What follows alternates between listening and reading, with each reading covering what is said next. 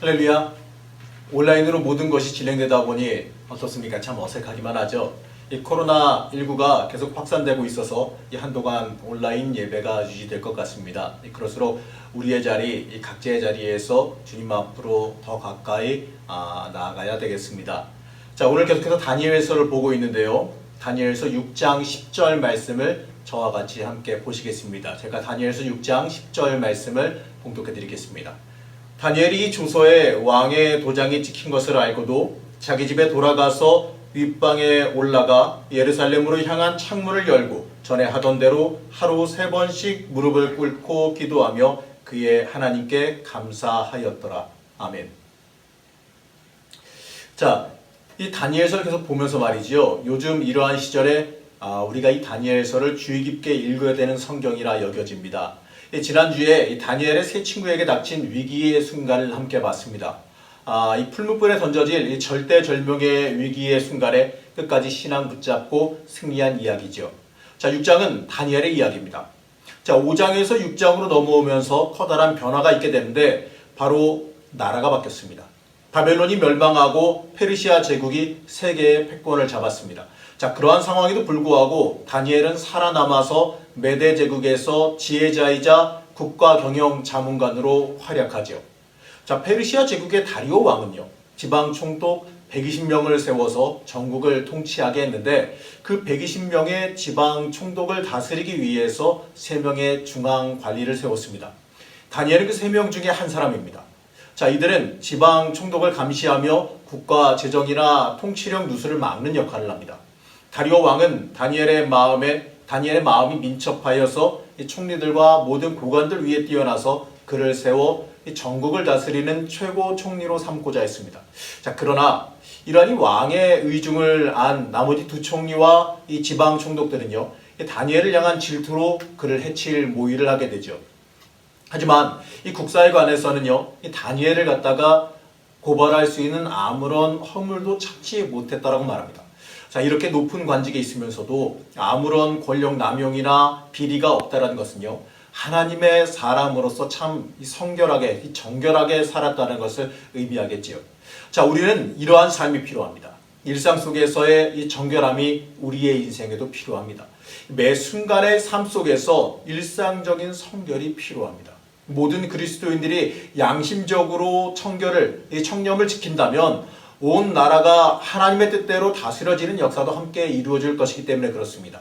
청렴하고 뇌물을 받지 않고 또 정당한 돈으로 살아가겠다라고 결단하는 공무원, 교사, 또 부당한 이익을 거절하며 의로운 방법으로 사업하려는 결단에서는요, 이 땅을 하나님의 나라로 만들기 시작하게 됩니다.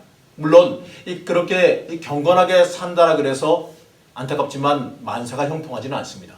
오히려 이 다니엘처럼 말이죠, 박해의 대상이 될 수도 있습니다.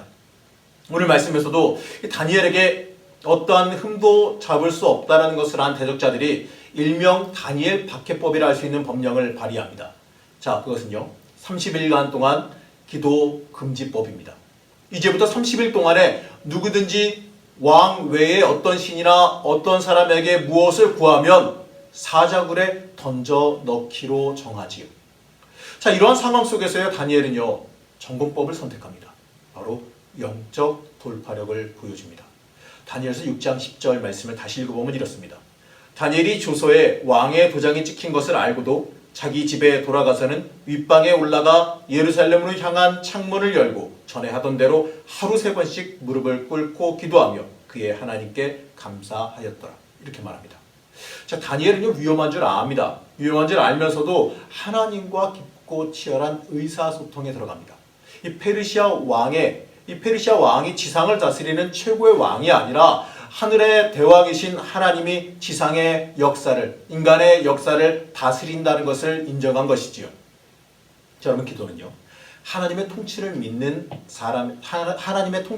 사람의 가장 강력한 무기입니다. 기도는요, 페르시아와 같은 현실을 하나님의 현실로 바꾸는 하나님의 통치 수단입니다. 자, 이 땅이 페르시아 왕의 도장이 찍힌 이 칙령이 지배하는 현실이 되지 않도록 우리는 늘 깨어 기도할 줄 알아야 합니다. 이 그리스도인은요, 하나님이 우주의 주인 되신다는 것을요, 우리의 일상 속에서, 우리의 삶 속에서 선포하고 선언할 수 있어야 합니다. 자, 다니엘이 기도하자. 예상대로 이 대적들은 다니엘을 다리오 왕에게 고발하지요. 자, 다리오 왕은 이 말을 듣고 심히 근심해서 이 다니엘을 구하기 위해서 낮 시간 내내 마음 쓰며 힘을 다했지만 소용이 없었습니다. 자, 어쩔 수 없이 이 다리오 왕은 다니엘을 사자굴에 던져 넣으라 명령합니다. 하지만 왕은요, 다니엘을 사자굴에 던져 넣으면서 의미심장한 격려의 말을 건넵니다. 6장 16절 말씀을 보면 이렇습니다. 내가 항상 섬기는 너의 하나님이 너를 구원하시리라. 자, 형 집행자들이 다니엘을 사자굴에 넣고 돌을 굴려 막습니다. 자, 그리고 왕의 도장과 귀족들의 도장으로 입구를 막았습니다. 자, 이제 나올 방법은 없습니다. 자, 원치 않게 충신 다니엘을 사자굴에 집어던진 다리오 왕은요, 깊은 번뇌에 빠지죠. 궁에 들어가 밤새도록 깨어 금식했고 연애를 물리치고 다니엘의 안위를 걱정했다고 합니다. 자, 그것도 모자라서 이튿날 새벽에 친히 급히 사자굴로 가서 혹시나 살아있을지도 모르는 다니엘의 이름을요, 슬피 부르며 하나님의 구원이 밤새 일어났는지를 물어봅니다. 오늘 말씀 20절입니다. 살아계시는 하나님의 종 다니엘아, 내가 항상 섬기는 내 하나님이 사자들에게서 능히 너를 구원하셨느냐? 자, 어찌 보면요, 이 다니엘에 대한 애정을 넘어서 하나님의 개입이 있었을지도 모른다는 그 믿음을 반영해 보이기도 하는 겁니다. 아니나 다를까, 놀랍게도 사자굴에서 다니엘의 목소리가 들리죠. 21절에서 22절 말씀입니다. 다니엘이 왕에게 아뢰되 왕이여 원하건대 왕은 만수무강하옵소서. 나의 하나님이 이미 그의 천사를 보내어 사자들의 입을 봉하였으므로 사자들이 나를 상해하지 못하였사오니 이는 나의 무죄함이 그 앞에 명백함이 오며 또 왕이여 나는 왕에게도 해를 끼치지 아니하였나이다 하리라. 맞습니다. 살아있습니다. 제가 지금 보여드리는 이 그림은요, 바로 이 장면을 상징화해서 그린 그림입니다. 다니엘이 사자굴에서 오히려 당당하게 지내고 있고 또 사자들은 마치 애완용 강아지처럼 얌전해져 있습니다. 하나님의 개입과 하나님의 역사하심을 보여주기도 하지만 사자굴에서도요, 당당한 그리스도인의 모습을 보여주는 것이지요. 자, 이제 다니엘의 생존을 확인한 다리오 왕은요, 기뻐하며 즉시 다니엘을 사자굴에서 불러 올렸습니다. 다니엘이 하나님을 의지했기 때문에 하나님의 보호하심을 받았습니다. 물론 다니엘의 사자굴의 경험을 일반화해서는 안 됩니다. 사자굴에 던져진 모든 시대의 성도들이 다니엘처럼 대역전을 경험한 것은 아니기 때문입니다. 실제로 수많은 순교의 이야기에서 이름 없는 많은 성도님들이 이 사자굴에서 찢겨 죽음으로 믿음의 승리를 확증했기 때문에 그렇습니다. 아주 예외적인 경우에만 다니엘과 같은 역전승을 거둔 것이지요. 그렇기 때문에 우리는 다니엘의 하나님께 감사할 뿐만 아니라 당장 사자굴에서 우리를 건져주시지 않을지라도 그럼에도 불구하고 하나님께 감사할 수 있어야 할 겁니다. 하나님은 당장 우리를 사자굴에서 건져주시지 않고 부활의 약속만 주신 채 우리의 몸이 사자에게 찢겨지게 내버려 두실 수도 있습니다. 중요한 것은 우리는 어떠한 처분이 내려오더라도 하나님을 믿고 감사드릴 자세를 늘 갖춰야 한다는 거죠. 하지만 오늘 본문에서는요, 하나님의 개입이 일어납니다. 다니엘이 당당하게 사자굴에서 뚜벅뚜벅 걸어 나왔어요. 이제 왕은 다니엘을 고발한 사람들을 끌어오게 하고 그들의 처자들과 함께 사자굴에 그들을 던져 넣습니다. 그들이 굴바닥에 닿기도 전에 사자들이 그들을 움켜서 그 뼈까지 부서뜨렸다라고 말합니다. 자, 이런 운명의 대역전극을 지켜본 다리오 왕은요, 온 땅에 있는 모든 백성에게 의미심장한 조서를 내리게 되죠. 자, 이 조서는 다니엘의 하나님을 공인하고 그의 절대 주권과 그의 나라를 찬양하는 내용입니다. 자, 오늘 말씀 26절에서 27절 말씀을 제가 읽어드리겠습니다. 내 나라 관할 아래에 있는 사람들은 다 다니엘의 하나님 앞에서 떨며 두려워할지니 그는 살아계시는 하나님이시요 영원히 변하지 않으실 이시며 그의 나라는 멸망하지 아니할 것이요 그의 권세는 무궁할 것이며 그는 구원도 하시며 건져내기도 하시며 하늘에서든지 땅에서든지 이적과 기사를 행하시는 이로써 다니엘을 구원하여 사자의 입에서 벗어나게 하셨습니다. 자, 이 메시지는요, 두 가지로 요약되는데, 우선 이 페르시아 제국 아래에 있는 모든 백성이 다니엘의 하나님 앞에 떨며 두려워해야 합니다. 두 번째는 페르시아가 세계 최강국이기는 하지만 이 나라도요, 페르시아도 다니엘의 하나님이 다스리시는 하나님 나라 아래에 종속된 나라라는 뜻입니다. 자, 하나님의 권세가 무궁하다라는 것은 바로 온 페르시아 왕실과 백성이 다니엘을 구원하는 하나님의 손길에서 봤다라는 거죠. 자, 다니엘의 충실한 이 경건 생활과 정결한 일상생활이 직장 동료들의 미움을 사기는 했지만 이 극한 고난으로 이어지기도 했지만 어찌됐든 간에 결국에는 하나님께 큰 영광을 돌리는 대반전 드라마를 가져오게 됐다는 겁니다. 자, 오늘 설교의 제목은요, 그리스도인의 일상이라고 제가 한번 정해봤습니다. 자, 우리의 일상은요, 이 신앙과 동떨어져서는 안 됩니다. 예배 때만 그리스도인이고 삶은 세상 사람으로 살아가서는 안 됩니다. 때때로 우리는요, 선교적인 삶을 살아야 한다라고 말합니다. 자, 그런데 이 선교적인 삶은요, 선교사님이 되라는 것을 뜻하는 게 아니죠. 내 삶을 통해 복음을 보이라는 거고 신앙의 원칙을 내 삶을 통해 보이라는 겁니다. 자, 내 인생 동안 조금씩이라도 일관성을 갖고 신앙의 원칙대로 살아가는 겁니다. 10대부터 100발이 될 때까지 순수성을 유지하는 것이 바로 선교적인 신앙이라는 겁니다. 바로 돈과 쾌락을 복음을 위해서 그리스도를 위해서 포기하는 것, 바로 그것이지요. 그러나 이것은요, 일순간에 일어나는 건 아닙니다. 매 순간순간 조금씩 나를 바꿔가야지만 가능한 일입니다. 자, 우리는 매 순간 마치 자동차 할부금 넣듯이 서서히 내 삶을 조금씩 변화시켜 가야 합니다. 우리의 삶의 소소한 현장에서 매일매일 나를 하나님께 맞춰 가야 합니다. 이것이 우리의 일상을 하나님께 드리는 겁니다. 그러면 우리의 일상을 하나님께 드리는 가장 좋은 방법이 뭘까요? 다니엘은 매일 하루에 3번씩 하나님께 기도 드렸다라고 말합니다. 자, 이슬람 교도의 이 습관적 기도 생활을 여러분들 아십니까? 그 기도 생활을 한번 살펴보게 되면 굉장히 우리에게 큰 도전처럼 다가오게 될 겁니다. 하루에 몇 차례나 온몸을 구부려서 드리는 그 기도는요, 어떻게 보게 되면 숙연한 분위기를 자아내기도 합니다. 자, 이슬람 교도들은 이 정한 시간에 형식을 갖춰서 기도합니다. 그 알라에 대한 그 충성심은요, 우리 신앙인들에게 큰 도전으로 다가올 수 있어야 됩니다. 이들보다 더 습관적으로 규칙적으로 기도하지 못하는 그리스도인들은요, 도대체 어디에서 영적인 능력을 공급받으십니까? 형식적인 기도생활 뭐가 중요하냐 이렇게 말씀하실지 모르겠습니다. 매 순간 기도해야지 시간을 정해놓고 기도하는 것이 율법주의 아니냐라고 물어보실 수 있을지 모릅니다. 그러나 이것은요, 해본 적 없는 사람들의 이야기입니다. 습관적 기도는요, 어떻게 보게 되면 굉장히 힘든 성실성과 인내 또는 훈련 없이는 불가능한 일입니다. 자, 우리가 살아가는 세대는요, 기도하기 힘든 세대 아니겠습니까? 하나님을 향한 이 거룩한 바보가 되기로 결단하지 않는 이상에는 시도조차 하기 힘든 일입니다. 유대인들은 전통적으로 다니엘의 기도 습관을 따라서 오전 9시, 또 12시 정오, 또 오후 3시 이렇게 기도합니다. 낮 동안 3번이나 시간을 내서 기도하려면요, 많은 것을 극복해야겠지요. 그러나 우리는 때가 악하니 세월을 아껴 기도에 정진하는 방법을 배워야 합니다. 이 기도로 채워진 시간만이 의미 있는 인생의 족적을 남기게 되고 진정한 인생의 생산성을 가져오게 되기 때문에 그렇습니다. 자, 진정한 생산성. 이거는요, 내가 뭔가를 이뤄내는 것, 내가 뭔가를 가지는 것, 이게 아니라 하나님이 주신 영적인 것, 하나님이 허락하신 가치의 것을 의미합니다. 내가 부질없이 쌓은 세상의 것, 욕심과 탐욕으로 쌓은 것들을 말하는 게 아닙니다. 하나님이 인정하시는 것이고요, 하나님이 주신 것을 의미합니다. 20대, 30대 때, 이때 인생의 기도를 체질화한 사람은요, 제가 장담하겠습니다. 인생의 승리자가 되어질 줄 믿습니다.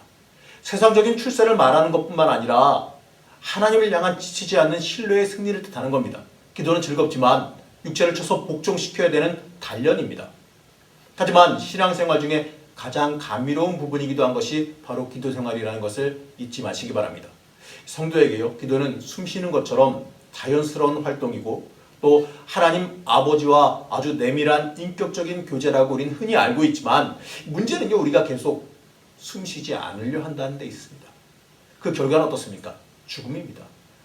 영의 사람이 육체의 사람이 되어 살아감으로 점차 죽어갑니다. 영의 사람이 영적인 호흡을 계속해서 영의 사람으로 살지 못한다면 육체의 사람으로 살아갈 수밖에 없다는 거예요. 자, 우리가 기도하지 않고 잘 살 수 있다면 아주 역설적이게도 죽음의 생기로 죽음의 영으로 살아가는 것을 뜻합니다. 그리스도인은 페르시아 제국의 왕의 도장에 찍힌 포고령과 같이 내 자신이 능히 극복할 수 없는 현실을 만날 때에 이 두 가지 길 가운데 하나를 선택하게 되어 있습니다. 첫째는요, 체제 순응, 둘째는 거룩한 불복종이죠. 자, 그리스도인은요, 이때 거룩한 불복종을 선택할 수 있어야 됩니다. 예루살렘을 향해 열린 창문으로 달려 나아가서 하늘의 창문을 향해 소리쳐야 합니다. 이 페르시아 왕의 칙령이 마치 위협하듯 이 명령하는 현실을 하나님께 고발할 수 있어야 됩니다. 얼마나 우리 주변에 많은 현실들의 법들이 하나님께 기도하는 것을 가로막고 있습니까? 여러분의 삶의 현실들이, 삶의 처지들이 여러분 기도하는 것을 얼마나 많이 가로막고 있습니까? 그러나 이때도요, 예루살렘을 향한 열린 창문을 확보한 사람은, 바로 예루살렘을 향한 마음을 확보한 사람은, 하나님을 향한 마음을 확보한 사람은 세상을 이길 수 있습니다.